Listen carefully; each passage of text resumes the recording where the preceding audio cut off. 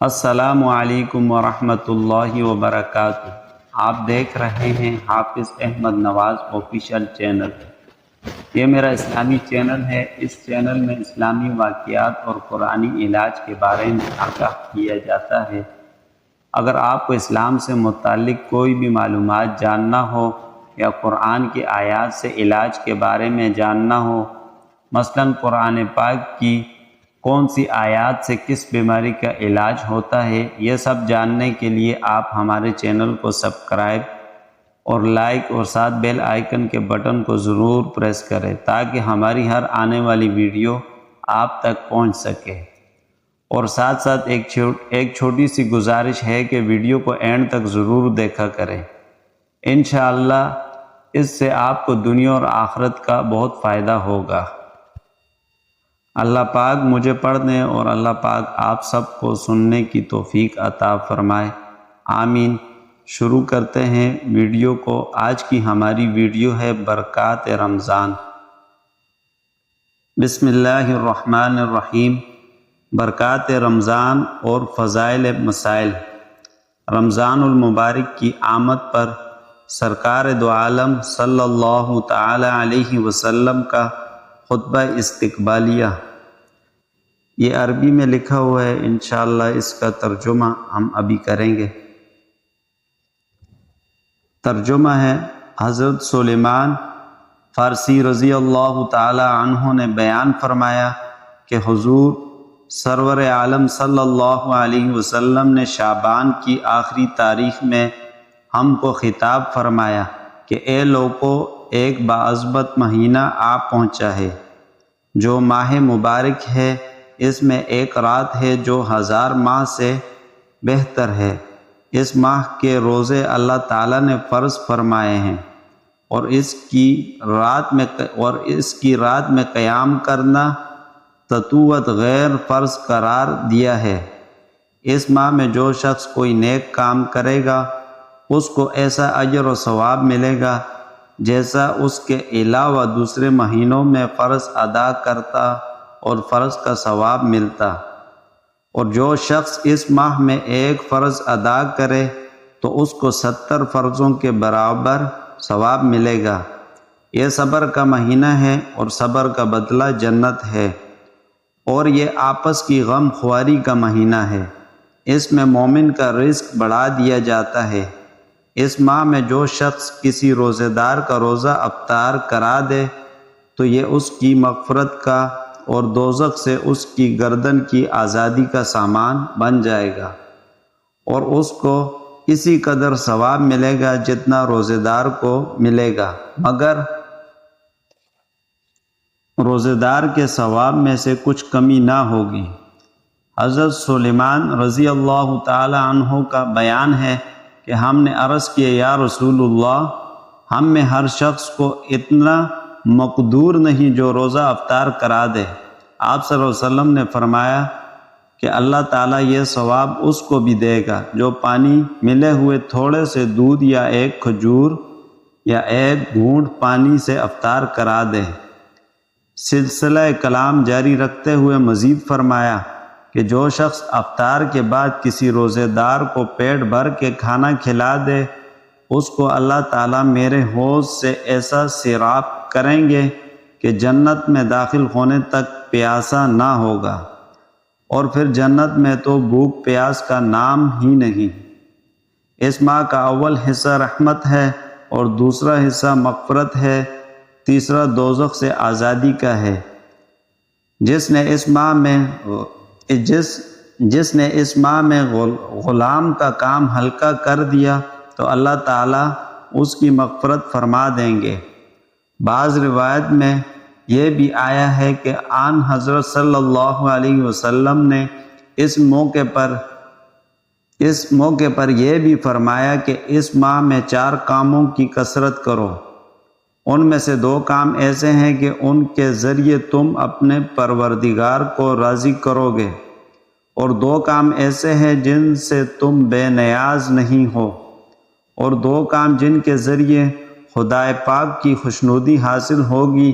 یہ ہے: نمبر 1 لا الہ الا اللہ کا ورد رکھنا، اور دوسرا خدا پاک سے مغفرت طلب کرتے رہنا، اور وہ دو چیزیں جن سے تم بے نیاز نہیں رہ سکتے یہ ہیں جنت کا سوال کرنا، نمبر 2 دوزخ سے پناہ مانگنا۔ اس کا ترجمہ ہے، اے ایمان والوں، تم پر روزے فرض کیے گئے جیسا کہ تم سے پہلے لوگوں پر فرض کیے گئے تھے، تاکہ تم پرہیزگار بنو، اور روزہ چند دن کے ہیں۔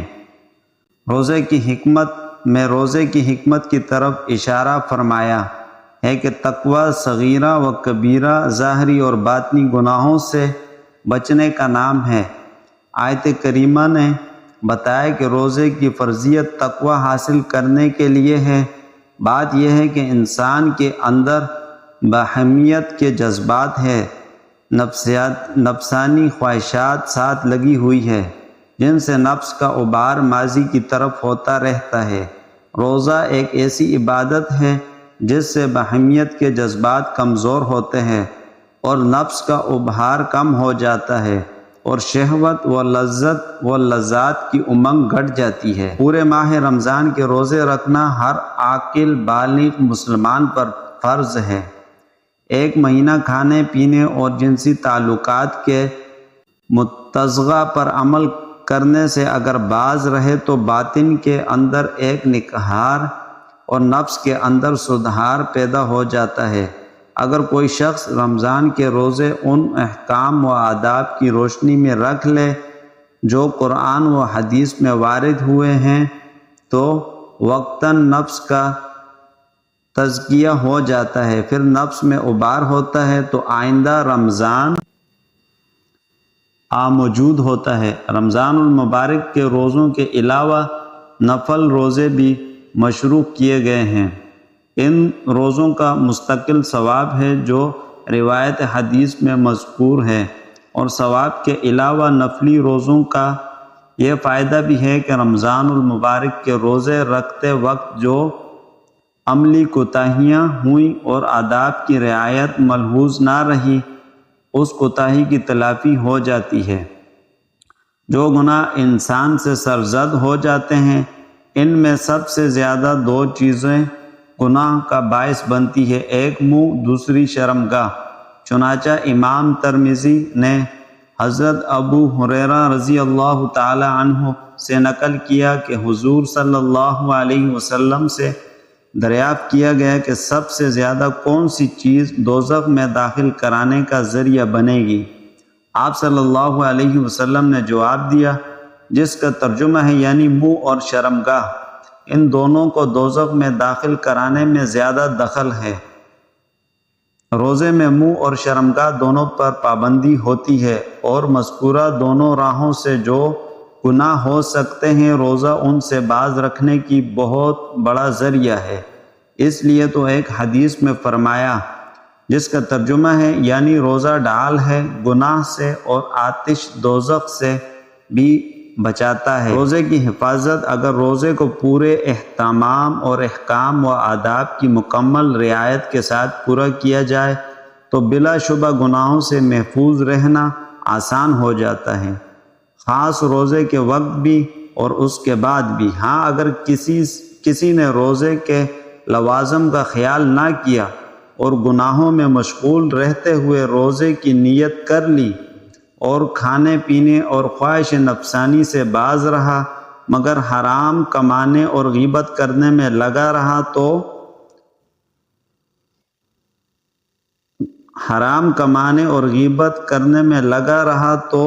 اس سے فرض تو ادا ہو جائے گا مگر روزے کی برکات و ثمرات سے محرومی رہے گی، جیسا کہ سنن سنائی میں ارشاد نبوی صلی اللہ علیہ وسلم نقل کیا ہے، یعنی روزہ ڈال ہے جب تک اس کو پہاڑ نہ ڈالے۔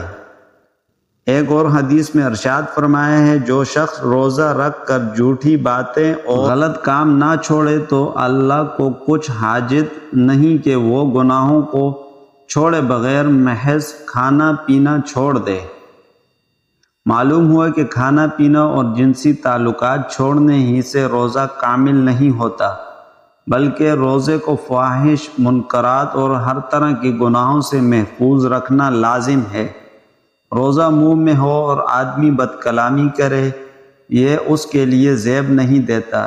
اسی لیے تو سرور عالم صلی اللہ علیہ وسلم نے ارشاد جس کا ترجمہ ہے یعنی جب تم میں سے کسی کا روزہ ہو تو گندی باتیں نہ کرے، شور نہ مچائے۔ اگر کوئی شخص گالی گلوچ یا لڑائی جھگڑا کرنے لگے تو اس کو گالی گلوچ یا تھپڑ سے جواب نہ دیں، بلکہ یوں کہہ دیں کہ میں روزے دار آدمی ہوں، گالی گلوچ کرنا یا لڑنا میرا کام نہیں۔